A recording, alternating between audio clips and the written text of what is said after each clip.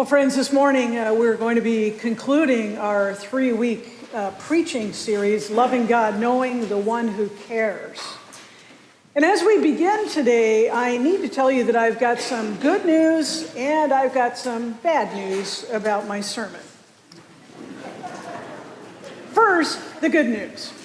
So back in November of 2014, the Reverend Zach Zender, who was a 31-year-old pastor of a church in Mount Dora, Florida, he made his way into the Guinness Book of World Records by preaching the longest sermon ever preached. And I'm not making this up. Okay, so his sermon lasted 53 hours, 18 minutes, and spanned 3 different days. So here's my good news to you. I don't plan to preach that long today. I take to heart Mark Twain's rule of thumb when it comes to preaching. No sinner is ever saved after the first 20 minutes of a sermon. Now, for what might possibly be bad news for some of you, on a Sunday back in 1953, the Reverend John Albrecht, who was an Episcopal pastor at Lake Orion, Michigan. Well, he also entered the Guinness Book of World Records, but this time it was for preaching the shortest sermon ever preached. And it was literally a 1-word sermon. So Pastor Albrecht climbed up into the pulpit, paused, lifted his arms and said, "Love." And then he sat down. Now, I must tell you that some of his parishioners said it was the very best sermon that John Albrecht ever preached. So here's the bad news. I do not plan to preach a 1-word sermon today, at least not in terms of the length of my sermon, but I do plan to preach about just 1 word, and it is love. Hesed. Hesed, the love of God. Hesed, which has been called the descriptor par excellence of God in the Old Testament. We bump into this word, as we have discovered, some 248 different times in the Old Testament. And yet there is no English equivalent for this Hebrew word. Attempts to define Hesed have filled scholarly papers, dissertations, sermon series, and even entire books. It's been defined by some as loving kindness, grace, mercy, goodness, loyalty, faithfulness, favor, and of course, steadfast love. Steadfast love, God's love. A love that will not ever let go. It is the word that God himself uses when introducing himself, when describing himself to Moses on Mount Sinai. The Lord, a God merciful and gracious, slow to anger and abounding in steadfast love, abounding in hesed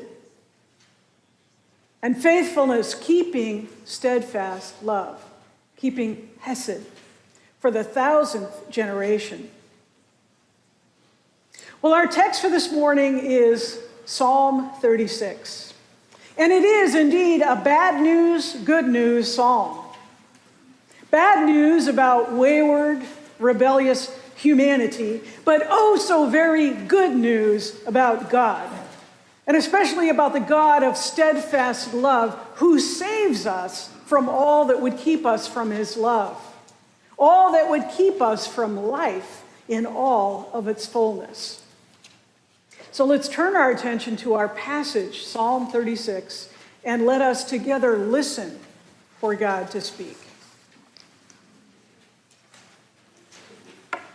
Transgression speaks to the wicked deep in their hearts. There is no fear of God before their eyes. For they flatter themselves in their own eyes that their iniquity cannot be found out and hated. The words of their mouths are mischief and deceit. They have ceased to act wisely and do good. They plot mischief while on their beds. They are set on a way that is not good. They do not reject evil. Your steadfast love, O Lord, extends to the heavens, your faithfulness to the clouds. Your righteousness is like the mighty mountains. Your judgments are like the great deep. You save humans and animals alike, O Lord.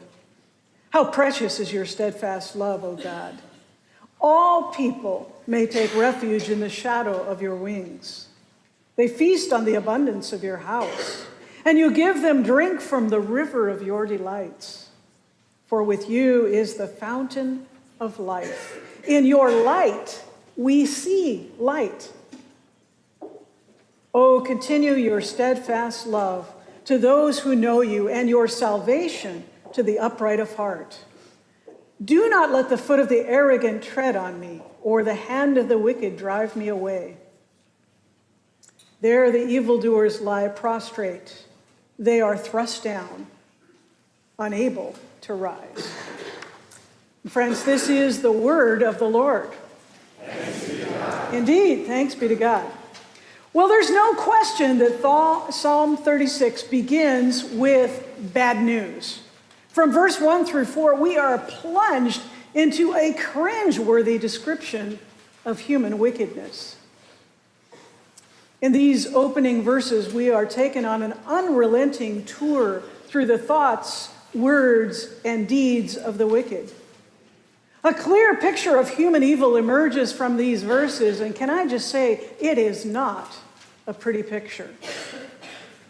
One commentator suggests that the evil described in these initial verses expresses itself in a me-centered life driven by deception and dishonesty, carried out in secret wheeling and dealing.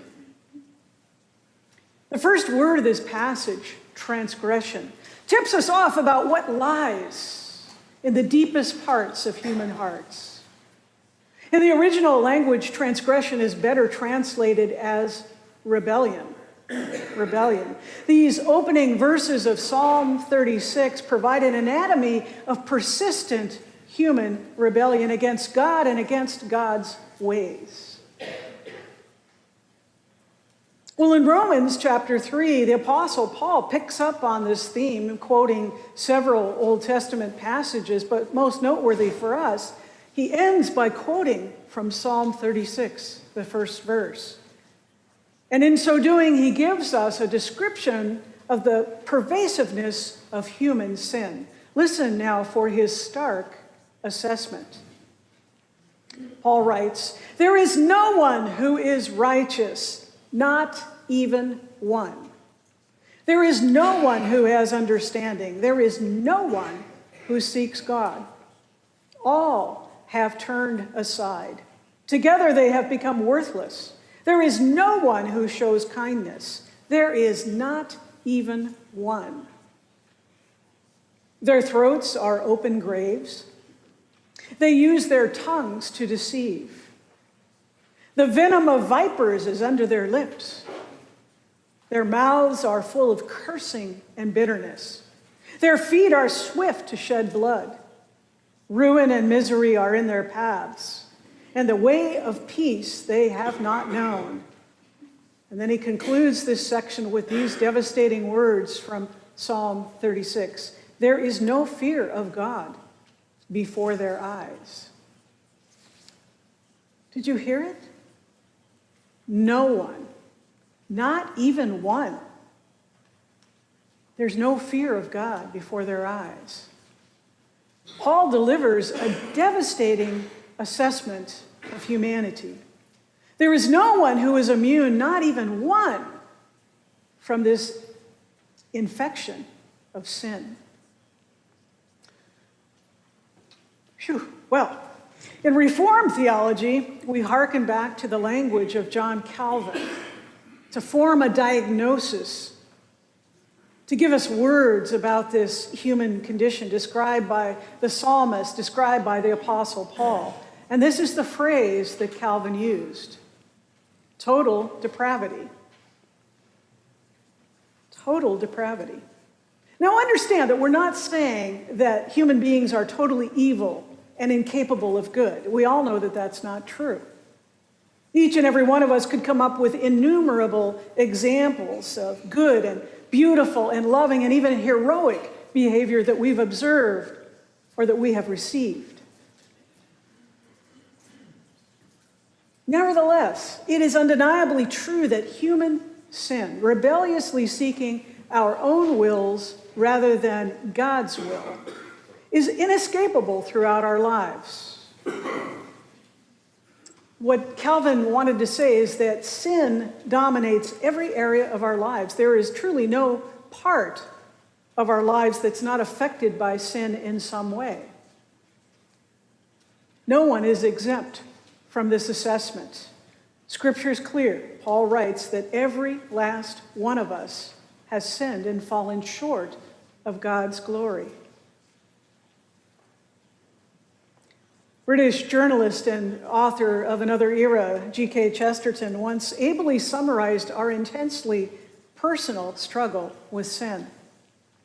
A newspaper editor sent out an inquiry to several famous authors asking them to respond to just one question.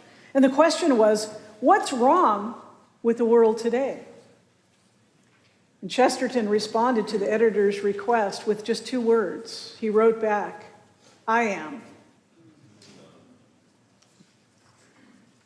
Even comic strips bear witness to this central understanding of Christian faith. One of my all-time favorite comic strips, Calvin and Hobbes. Anybody else? All right. Good theology in Calvin and Hobbes.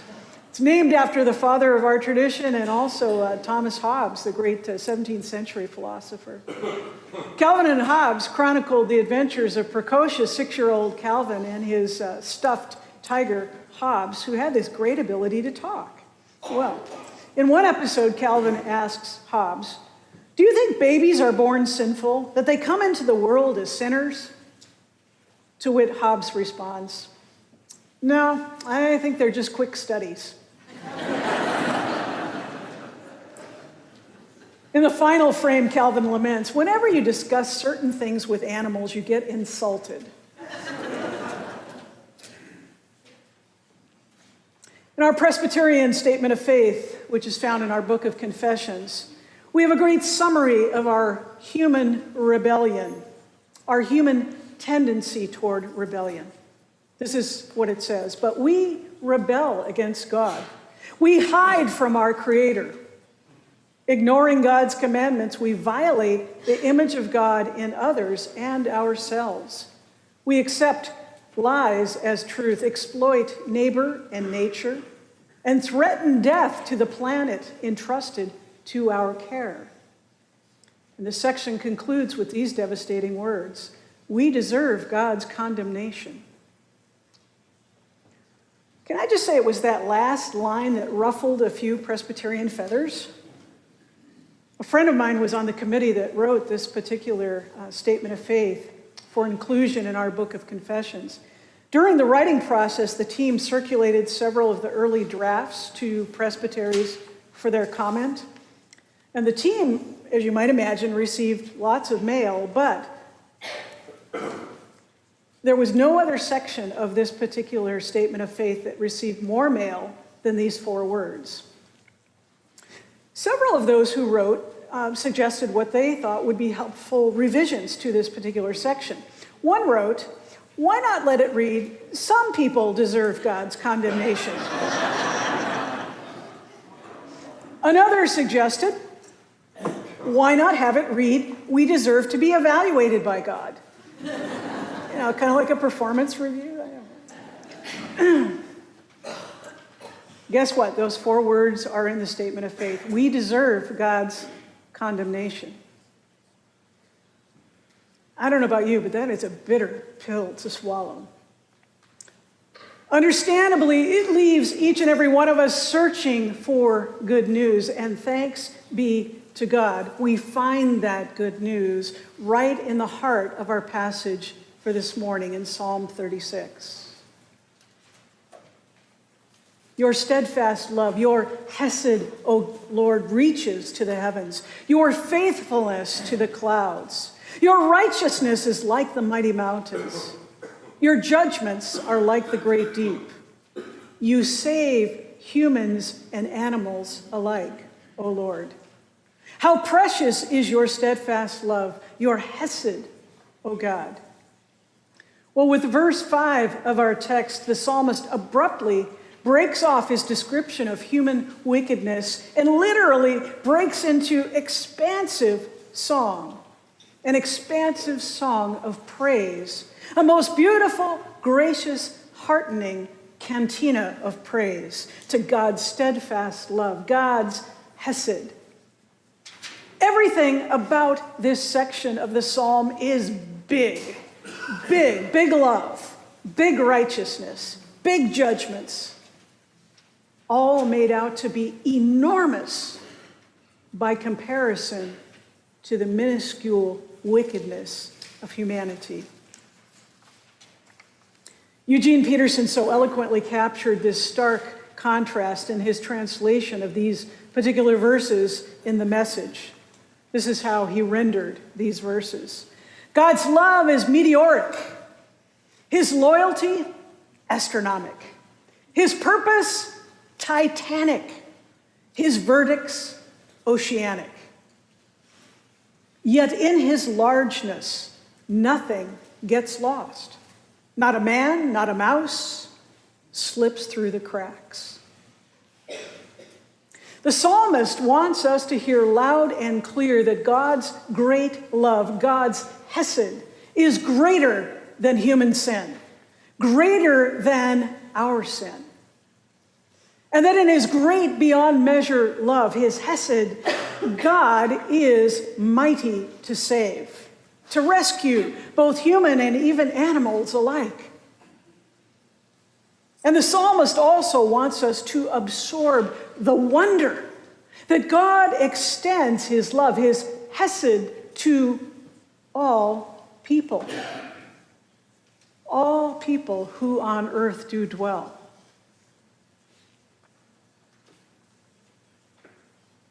But even with all of that said, I am under no illusions. I imagine that there are some of us who gather here this morning who hear of this bigness, this expansiveness of God's love. And still deep within, we wonder, God, I know that you love all of us, but do you really love me? Especially on those days when I am most unlovable. At last count, there were some 7.7 billion people currently inhabiting planet Earth. How could you possibly have time for me? Well, 2 weeks ago, some of the best theologians in our church, our youngest children, the children who make up the choir, just below the choir that sang for you today in the red robes, the Joy Choir. They really are some of our best theologians. They sang a song for us, and then they invited us to sing along.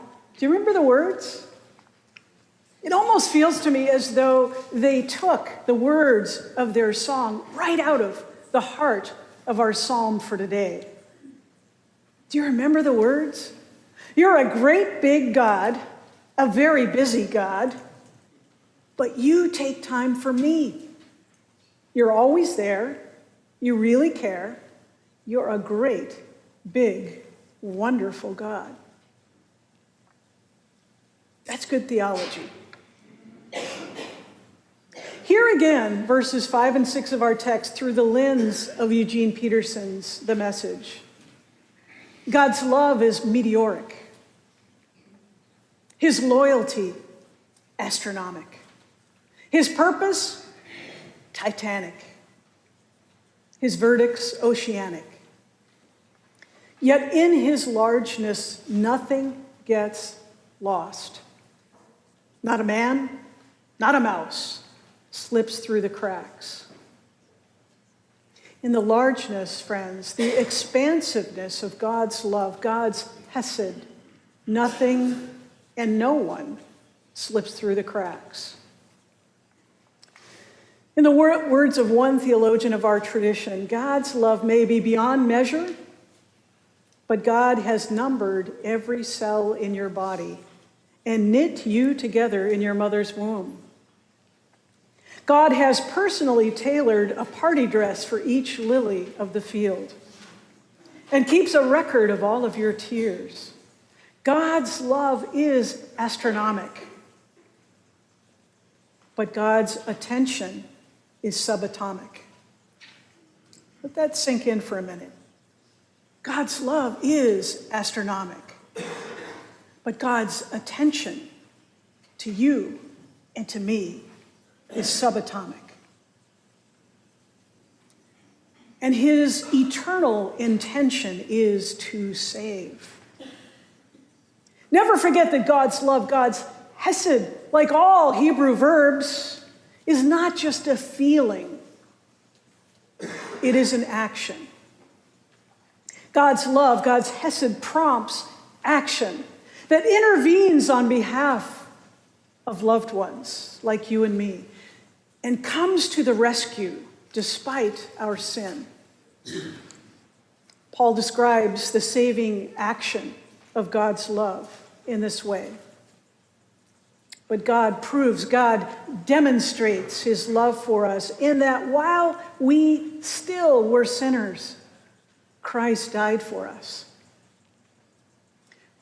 Friends, God demonstrates his love, his hesed for you and for me, in that while we were lost in our sin, Christ died for us. Do you believe it?